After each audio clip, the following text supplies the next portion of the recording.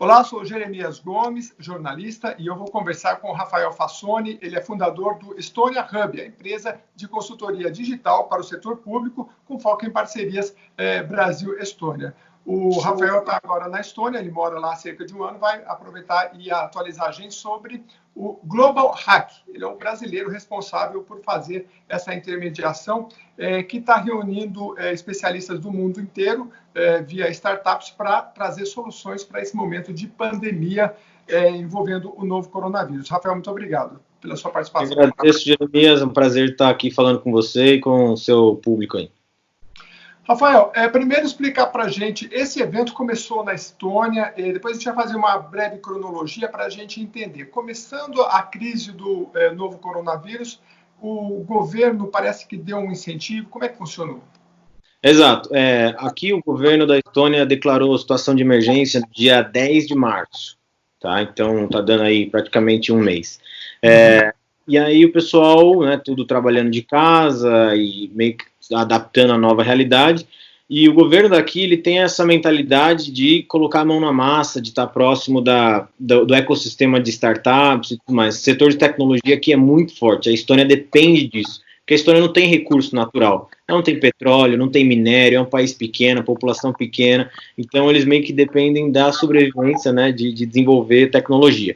E aí foi essa sacada que eles tiveram. O ministro da tecnologia da Estônia, o nome dele é Kaimar Karu, ele inclusive foi funcionário do Skype uns 20 anos atrás, né, e hoje ele é ministro da tecnologia. Então ele conhece, né, as pessoas, os profissionais, tem bastante relacionamento, e aí ele teve a sacada, ele falou, olha, por que não colocar o pessoal, né, para trabalhar em conjunto e buscar soluções? E aí o que eles fizeram foi, o ministro entrou em contato com algumas empresas e lançou esse desafio, falou, olha, a gente está com um problema aqui, por exemplo, de rastrear quem são as pessoas que estão possivelmente, né, contaminadas, e alguns outros problemas na economia, como é que a gente vai liberar crédito, e um problema logístico, né, como é que nós vamos receber os equipamentos, seja da Europa ou de outros países. Então esses foram os 3 principais temas. E aí ele colocou um desafio pior ainda, ele falou, só que a gente tem que resolver esses problemas em 48 horas. Esse é o grande tema de um hackathon. Um hackathon nada mais é que uma maratona de tecnologia, a junção das duas palavras, de hackear, né, de buscar alguma solução, com marathon. Então você junta as duas coisas, hackathon. E aí ele ligou pro pessoal, parece que numa quinta-feira, falou, eu quero começar na sexta e terminar no domingo, e já ter tudo rodando na segunda-feira aqui no governo. Vocês topam? Aí o pessoal falou, beleza, vamos nessa. E sem saber meio, né, que ia acontecer e tudo mais. Então, assim, foi esse o grande começo da coisa aqui na Estônia. E isso começou a mobilizar, foi para outros países, e aí chegou no Global Hack, que é o que a gente, né, é o tema de hoje. E como é que funciona na prática? Porque o hacker a gente entende como um cara que, digamos, o hacker do bem, né, que é o cara que programa e dá a solução. Mas o governo envolveu profissionais de tecnologia e também das áreas de saúde, educação. Como é que funciona na prática? Legal. A organização é basicamente o seguinte, você tem a empresa que organiza, então você vai precisar de mentores, né, que são profissionais da área, que sabem aquilo, então você tem 3 desafios, igual eu comentei, um de saúde, um de economia e um de logística. Você vai precisar de 3 profissionais que conhecem esses setores bem. Às vezes ele não sabe tanto de tecnologia, mas ele sabe qual problema cada um desses setores tem. E aí você vai ter a organização do evento. Quem que vai fornecer as ferramentas, vai precisar de ferramentas, por exemplo, o Skype que a gente está usando aqui hoje, para você, né, congregar as pessoas e tudo mais. E aí vai precisar de um time de divulgação e comunicação muito forte, para você atrair o público que vai participar, que são de fato os hackers, né? São profissionais da área de TI que voluntariamente montam suas equipes e falam, olha, nós vamos ter uma equipe para trabalhar na área da saúde. Então, são lá 3, 5 pessoas, montam um time e começam a atuar, né, num desafio em um desses setores. Qual que é o time? Né? O que você precisa para ter um time para participar de um hackathon, por exemplo? Geralmente é alguém que saiba de desenvolvimento, né, ou de programação de software, alguém que saiba de design, alguém que saiba de marketing e vendas. Então, as 3 pessoas juntas, geralmente elas elegem quem vai ser o líder do grupo, bolam qual que vai ser a ideia e aí distribuem as tarefas e começam a trabalhar. Então você precisa de alguém para criar o produto, alguém para pensar no design, né, na interface e tudo mais, e alguém para pensar como se fosse na venda ou na comercialização dessa solução. Entendi. E no caso do Brasil, como é que funcionou? Porque nós tivemos o evento inicial de 48 horas, uma maratona, né, um hackathon, depois tivemos o Global Hack. Como é que foi a experiência no Brasil? Legal. Foi interessante porque, igual eu estava comentando, a linha do tempo de tudo isso aconteceu super curto. Foi tudo muito rápido, né? Até por conta da necessidade, da urgência de tudo que a gente está vivendo. Então, aconteceu o Hackathon na Estônia naquele final de semana, e aí nenhuma empresa estava preparada para fazer hackathons digitais. Hoje em dia o que você tem são hackathons presenciais.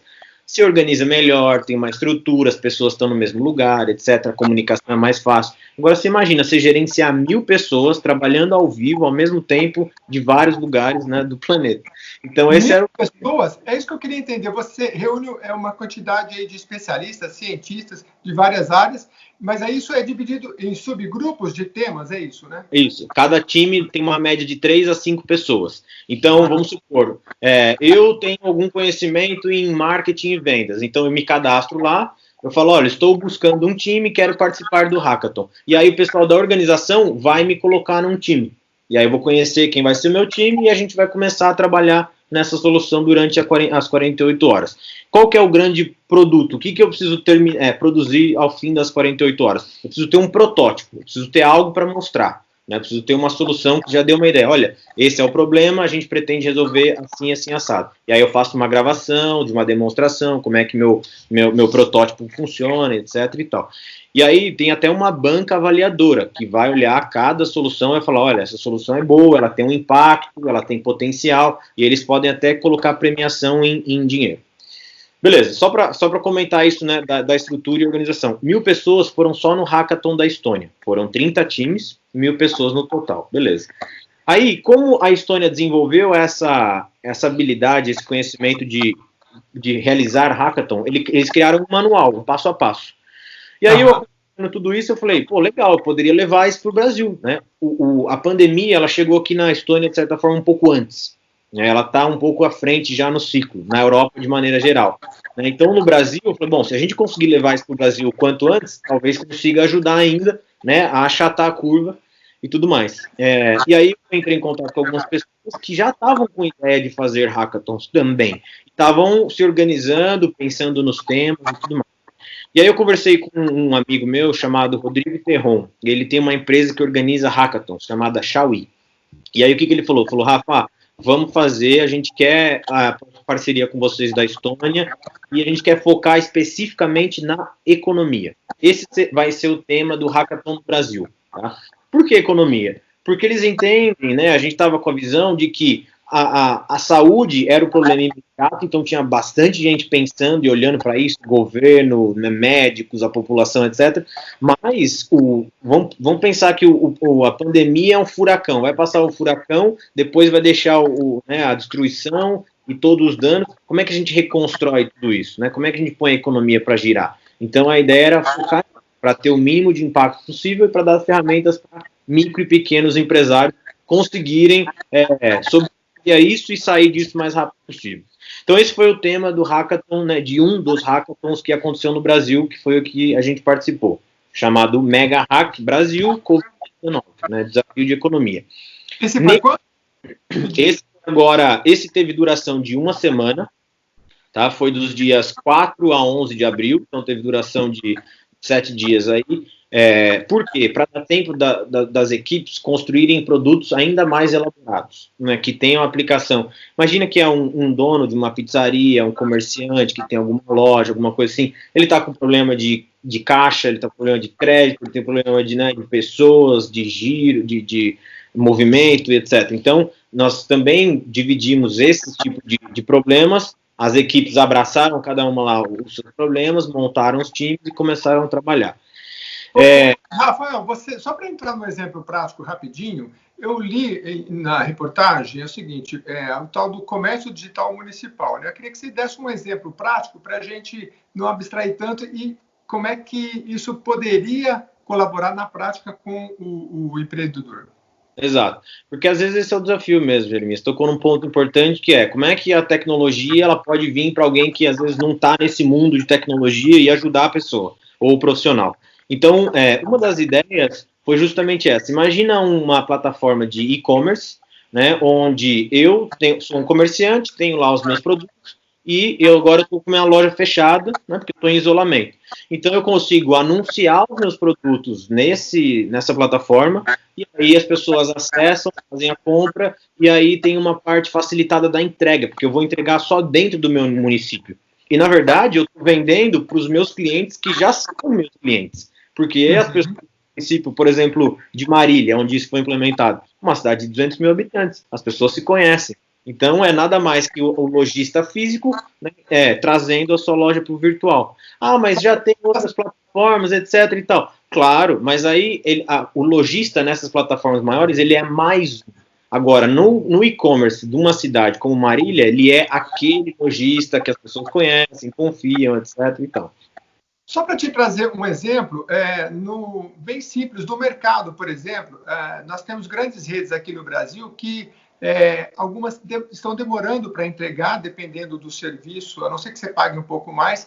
E tem redes de mercado que são medianas e que a gente acreditaria que elas teriam um bom e-commerce. Elas não têm. Eles, no máximo, dão um número de WhatsApp, você liga, o cara fala, eu estou no centro de distribuição, mas eu não sei te falar o preço. Depois liga a outra pessoa. A gente vê uma falta de estrutura e eu fiquei interessado. Como é que funcionaria, isso daria uma solução para esses pequenos comerciantes, então, no caso do e-commerce? É uma plataforma que facilitaria.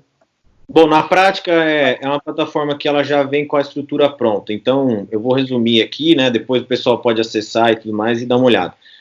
Eu posso começar lá. A jornada eu crio a minha loja, aí eu coloco lá a foto, as informações da loja, endereço, etc. Aí coloco as imagens e depois começo a fazer o cadastro dos produtos, quais produtos eu vou oferecer, qual o valor, etc. e tudo mais. E aí, a partir disso, eu faço o lançamento da loja, as pessoas podem acessar, vai ter o carrinho de compras normal. E aí escolhe quais são os produtos, né? Eu recebo aquele pedido, a pessoa faz o pagamento, e aí eu sou responsável pela entrega, né? A entrega não é nem necessariamente via Sedex, por exemplo, ou Correios em geral. Ela pode ser feita pelo próprio lojista.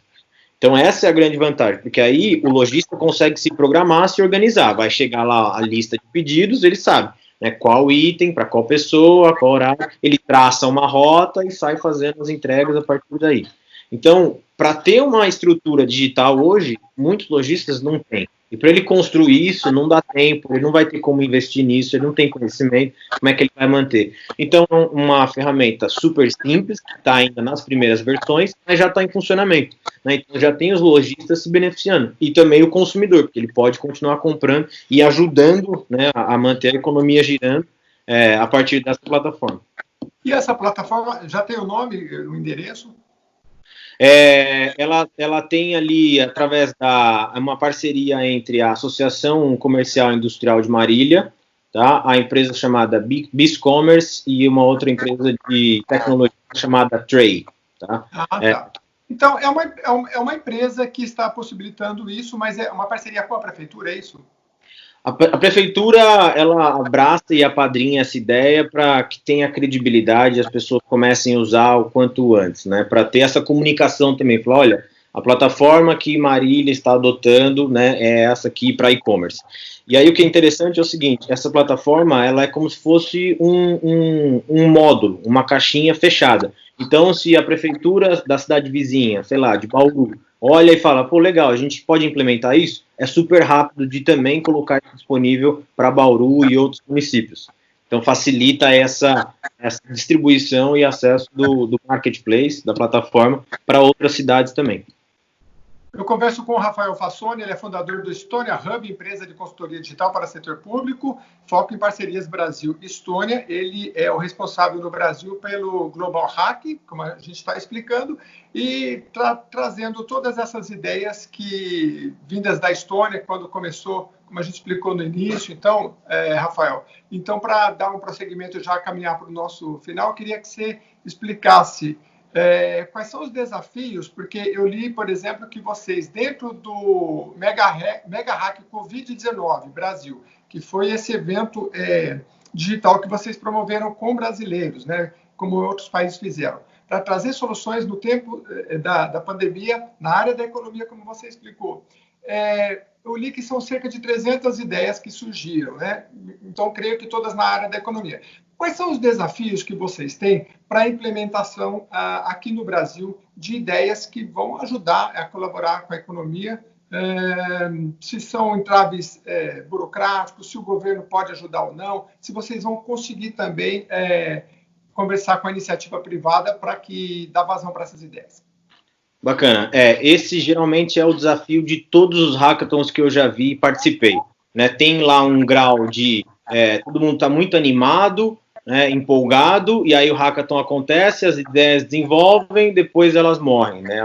Um mês, 2 meses depois, você conversa com o pessoal, o projeto não teve andamento.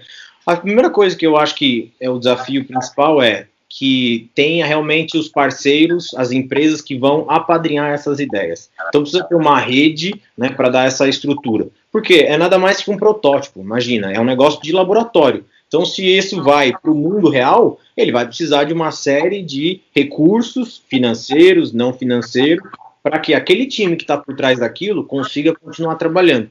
Porque às vezes o time que desenvolveu, a pessoa não vai trabalhar naquilo full time, ela tem um outro emprego, ela tem uma outra atividade. Então, ela vai precisar de apoio, né, de mais pessoas. O que foi legal do Mega Hack Brasil? Os parceiros já estavam combinados, já estavam participando antes do hackathon acontecer. Então, quando o parceiro vai acompanhando as soluções, a solução é publicada, aí o parceiro sabe, opa, eu quero essa, eu quero essa, eu quero olhar essa. Então, você já tem mais chance de, né, conseguir achar alguém, seja uma empresa, uma prefeitura, né, algum banco, alguém para falar, legal, vamos desenvolver isso e usar a minha empresa como seu primeiro cliente? Ah, legal, vamos. Né? Então, é mais ou menos a partir daí. Esse é o primeiro desafio. O segundo é realmente o que você comentou da questão burocrática, ou seja, se isso evoluir e avançar, né, eu vou ter que constituir uma empresa. Como é que essa empresa, um e-commerce, paga imposto hoje? Isso está regulamentado, não está? Se alguém vai querer fazer um investimento nesse protótipo, né, como é que isso fica na questão societária e tudo mais? E o terceiro desafio que eu vejo, na verdade, é a questão de mão de obra, de conseguir pessoas para trabalharem nisso e para construir. O Brasil tem uma carência muito grande hoje na área de profissionais de tecnologia da informação, né? E isso é um problema grave. Os poucos que têm ou estão empregados ou estão buscando oportunidades, às vezes, fora do país, né? Porque o salário, às vezes, é maior ou porque tem alguma outra oportunidade, alguma outra empresa, esse tipo de coisa. Então, conseguir dar sequência nisso para que a empresa realmente ganhe corpo, estrutura, eu acho que esse é o grande desafio. Mas o que é interessante também, no contraponto desses 3 desafios, é o seguinte, os protótipos eles já têm impacto imediato. Então, às vezes, uma plataforma como essa, de um e-commerce, que o lojista pode colocar seus produtos, pode ser a renda do mês ali, que se não fosse isso, ele não teria. Então, é um negócio super simples que já contribui, né, de imediato para ele. Entendi. Bom, eu vou encerrando por aqui. Se você quiser puxar pela sua lembrança alguma outra ideia legal, porque dentro de 300 aí, só citar em passant, seria interessante e deixo você à vontade para finalizar. Claro, vamos lá. Mais 2 que eu acho que são muito legais. E uma que foi até uma das vencedoras do Global Hack. Eles têm uma sacada que é um equipamento como se fosse uma caixa, e essa caixa ela recebe energia solar. E aí tem um processo químico que acontece que uma vez que eu coloco minha mão dentro dessa caixa, ele faz a higienização das mãos, tá? É como se fosse uma caixa com um espaço, eu coloco e aí não preciso passar álcool gel, eu coloco lá. E isso é uma caixa super barata, sustentável, que eu posso produzir em massa e distribuir aí pelos hospitais. Mas qual é o produto utilizado na caixa? Tem uma reação química, eu não sei te dizer os detalhes, até porque é a propriedade intelectual deles, mas imagina que se fosse uma luz ultravioleta, então bate a incidência solar, tem uma placa solar para captar isso, ele transforma, faz um componente químico, reage, e aí fica circulando dentro daquela caixa, ela tem até aquela luzinha roxa assim dentro, sabe? De luz neon, e aí eu coloco, deixo a mão ali por uns 10, 20 segundos, e aí eu tenho a minha mão já higienizada. Então esse também é uma outra ideia que surgiu desse Global Hack. E a segunda ideia que eu queria comentar inclusive, uma ideia de um projeto de um brasileiro, né, o Edilson Osório, que chama-se Open Prescription, que nada mais é que prescrição aberta. O que isso quer dizer na prática? Imagina que aqui na Estônia hoje, você vai no médico, o médico não te dá uma receita, né, uma prescrição em papel, ele te dá isso online. Então, o Edilson construiu basicamente a mesma solução. Então, o médico tem como acessar o sistema, ele emite uma receita, né, a partir de um documento, ele valida aquele documento, então aquilo tem uma rastreabilidade, a confiança de que foi feito por um profissional da saúde, credenciado, e aí o paciente pode ir na farmácia, por exemplo, e retirar a medicação só apresentando aquilo. E aí, se a gente começa a falar em telemedicina, né, esse tipo de coisa, aí com a prescrição, vê que eu começo a agilizar muito mais e até abrir, do ponto de vista de democratização da medicina e de prescrição médica para um público muito maior. Então, essas são duas soluções que eu aposto bastante, que eu acho que podem ter um impacto aí, seja nesse momento de pandemia ou até, né, no futuro. Eu acho que essas mudanças, elas vêm para ficar mesmo. E aí, soluções como essa que podem ter um bom potencial aí pela frente. Pois não, eu queria só que você deixasse um recado final também, porque você tem a experiência da Estônia, a gente tem experiências, por exemplo, de avanço de tecnologia da Coreia do Sul, nós tivemos vários exemplos de países que deram uma guinada na área da educação e da tecnologia, né? E o exemplo que você está trazendo aí desses eventos de hackathon, utilizando conhecimento de muitas pessoas unidas de uma maneira fantástica e de uma forma muito rápida. Como é que você acha que o Brasil, estamos no estado de São Paulo, por exemplo, pode se preparar para fazer um ambiente como Portugal fez, por exemplo, na crise de 2008, preparou um ambiente digital muito forte e hoje atrai muita gente para Lisboa. Como é que você vê, acredita que ou o estado de São Paulo ou o Brasil pode se tornar também um grande polo atrativo nesse ambiente digital? Isso também é um ponto interessante que eu discuto bastante com o pessoal no Brasil, na Estônia, tem as parcerias e tudo mais. Eu vejo assim, que na verdade tudo começa para a gente talvez desmistificar duas coisas que realmente não se aplicam e que às vezes as pessoas ficam paralisadas, elas não vão para ação. A primeira coisa é que tecnologia é caro. Que eu vou precisar de dinheiro para investir, eu não tenho, as prefeituras estão com dificuldade, etc. e tal. Se a gente olhar a Estônia em 1990, quando eles começaram forte nessa área de tecnologia, a Estônia era uma antiga república soviética. Cada cidadão ganhava 6 euros por mês, 30 reais por mês, imagina. E a Estônia conseguiu entrar e usar a tecnologia. Na verdade, a tecnologia foi o que salvou a Estônia. Né? Então, foi justamente essa parte de inovação. Então, não ter recursos não é justificativa para você não usar tecnologia. Pelo contrário, é mais um impulso. Então, acho que esse é o primeiro ponto, de abraçar a tecnologia como algo, né, favorável, não algo caro, difícil, etc.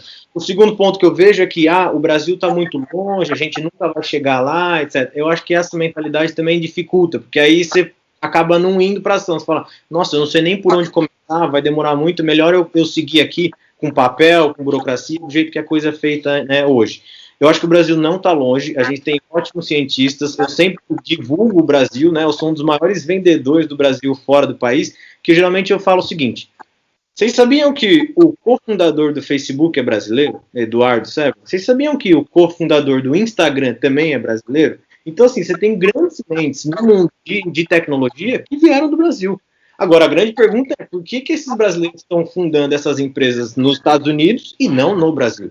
Né? Por que os grandes profissionais estão indo para fora e a gente não está conseguindo reter esse pessoal? Então, esse é um ponto para a gente pensar. E o ponto, do ponto de vista de olhando setor público, quem realmente trabalha na legislação, a grande dica que eu daria por onde começar é capacitação digital. Né? Se eu sou um deputado, um prefeito, trabalho nessa área de tecnologia, para conseguir realmente fazer essa capacitação e entender quais são os potenciais, né, o que eu preciso fazer para viabilizar a tecnologia no meu município, no meu estado, e no Brasil de maneira geral. Eu começaria por essa parte da capacitação mesmo. E aí tem outras coisas, né, que podem ser feitas, que vão ser feitas, mas acho que já seria um bom primeiro passo aí. Muito obrigado, Rafael Fassoni, fundador do Estônia Hub, empresa de consultoria digital para o setor público, com foco em parcerias Brasil-Estônia. Muito obrigado mais uma vez, Rafael Fassoni.